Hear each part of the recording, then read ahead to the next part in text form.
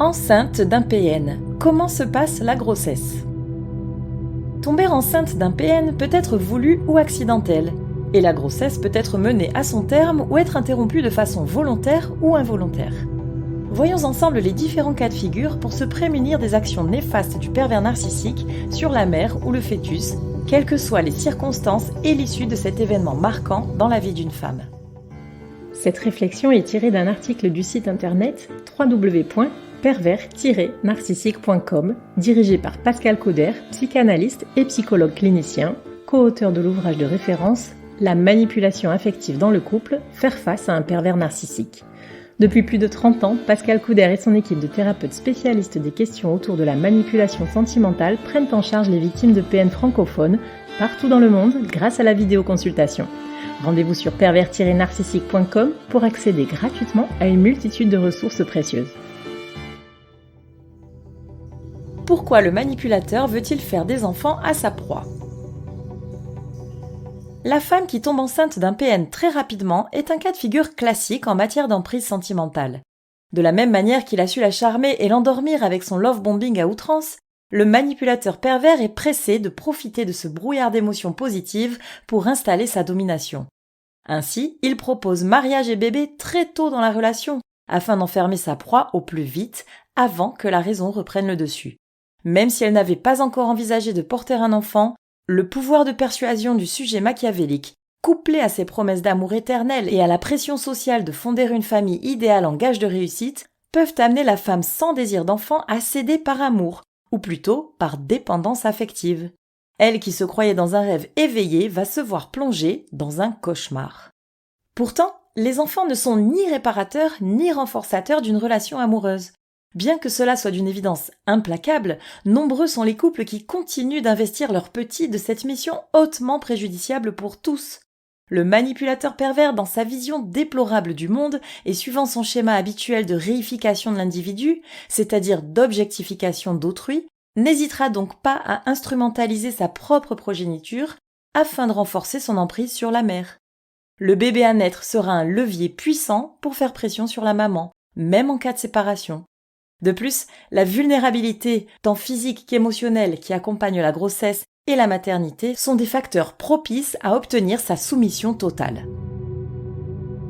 Que se passe-t-il lorsqu'un bébé s'invite dans une relation toxique sans que la grossesse ait été désirée? Même si la conception d'un nourrisson peut faire partie des plans du PN, il arrive que cet événement soit tout simplement inopiné. Le prédateur sentimental adoptera alors deux types de comportements. 1. Il verra l'arrivée imminente de l'enfant comme un moyen de renforcer son emprise. 2. Il refusera la grossesse parce qu'il est pris au dépourvu dans sa stratégie, ou tout simplement parce qu'il veut rester au centre de toutes les attentions. N'oublions pas que le pervers narcissique est avant tout un enfant blessé. C'est un être immature et dépourvu de conscience au sens moral du terme. Tout doit donc tourner autour de lui sous peine d'effondrement psychique. Un bébé, même si c'est le sien, est donc une menace pour sa suprématie. Si c'est comme cela qu'il aborde la grossesse inattendue de sa compagne, il mettra tout en œuvre pour la convaincre d'avorter. Si celle-ci s'oppose à lui, il la poussera à bout de nerfs dans l'espoir de déclencher une fausse couche. Son but ultime est d'éliminer son potentiel rival avant même sa venue au monde. Bien entendu, quel que soit le positionnement du prédateur sentimental quant à l'annonce de la grossesse, il ne manquera pas d'accuser sa femme d'être responsable de la situation et de lui faire payer cet imprévu. Comment se passe le quotidien d'une femme enceinte d'un PN? Les chercheurs en psychologie Antoinette Corboz-Warnery et Elisabeth Fivas de Persinge ont démontré en 2001 que l'alliance coparentale durant la gestation est prédictive de l'alliance familiale une fois l'enfant né. Elle reste modérément stable au cours des 2 premières années de vie. Inutile donc d'imaginer que le bourreau sentimental, s'il maltraite déjà sa conjointe, va se transformer en papa aimant et en mari prévenant à l'arrivée de sa progéniture. La façon dont il traite la future maman et l'attention qu'il accorde à la grossesse révèlent la place qu'il donnera au nourrisson à sa naissance et même jusqu'à ses 24 mois. Pas de doute, le fils ou la fille du PN grandira dans un contexte déplorable pour sa construction psychique. Si vous êtes enceinte d'un pervers narcissique, ne vous attendez donc pas à ce que subitement il soit aux petits oignons pour vous et votre ventre rond qui grossit. Bien au contraire. Il profitera de votre fatigue physique et des tourbillons émotionnels renforcés par les afflux d'hormones diverses qui sont le lot de toutes les futures mamans. Il n'aura aucun scrupule à profiter de votre faiblesse pour vous terrasser un peu plus. Il vous trouvera tantôt fainéante, repoussante, caractérielle ou inconsciente. Soit vous en ferez trop, soit vous n'en ferez pas assez. Ne comptez pas sur son soutien moral ou sur son aide matérielle. Vous ferez malgré tout les courses et le ménage, vous porterez votre valise et vous irez travailler, car si vous ne le faites pas, vous serez une loque qui profite de la situation.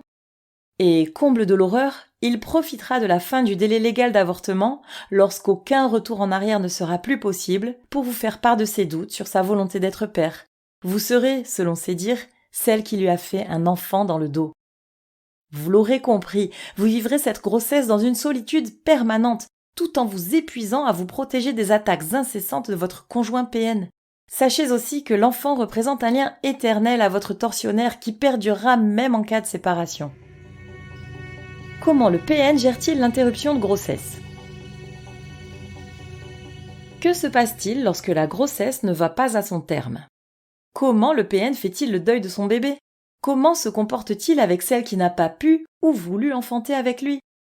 Une femme enceinte qui ne vivra finalement pas l'accouchement traverse une étape difficile et résolument marquante dans son histoire.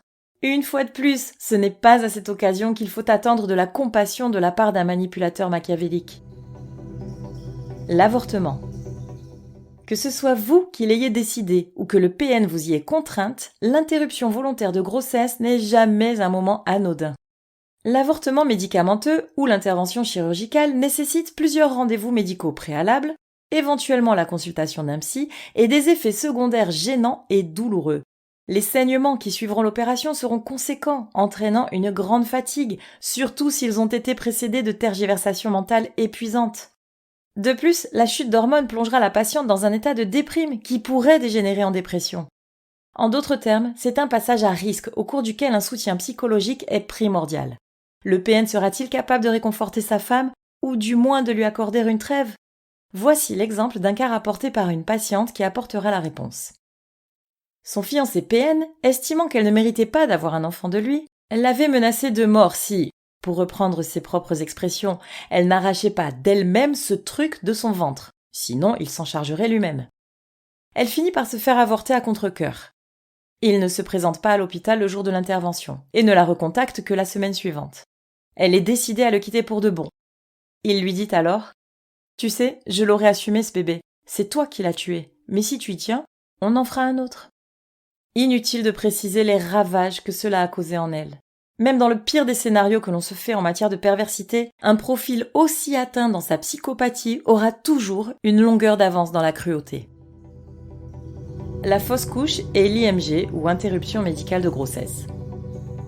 Si un manipulateur parvient à forcer une femme à avorter contre son gré tout en la blâmant d'avoir tué son enfant, imaginez ce qu'il est capable de faire et dire en cas d'interruption médicale ou spontanée de la grossesse.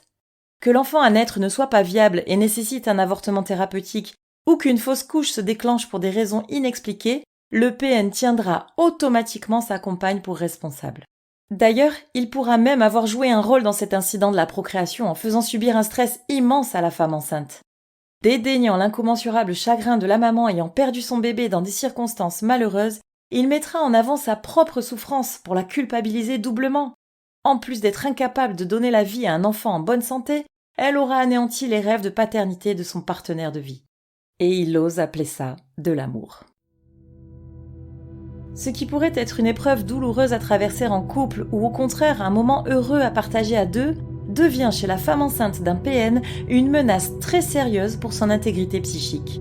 Si la grossesse a tendance à être protégée, voire sacralisée dans la plupart des sociétés, pour les profils manipulateurs machiavéliques, elle n'est qu'une chance inespérée d'accélérer la destruction de sa victime. Il est urgent que les femmes enceintes de PN se fassent accompagner par des thérapeutes spécialistes des relations d'emprise. Il en va de leur santé et de celle de leur bébé.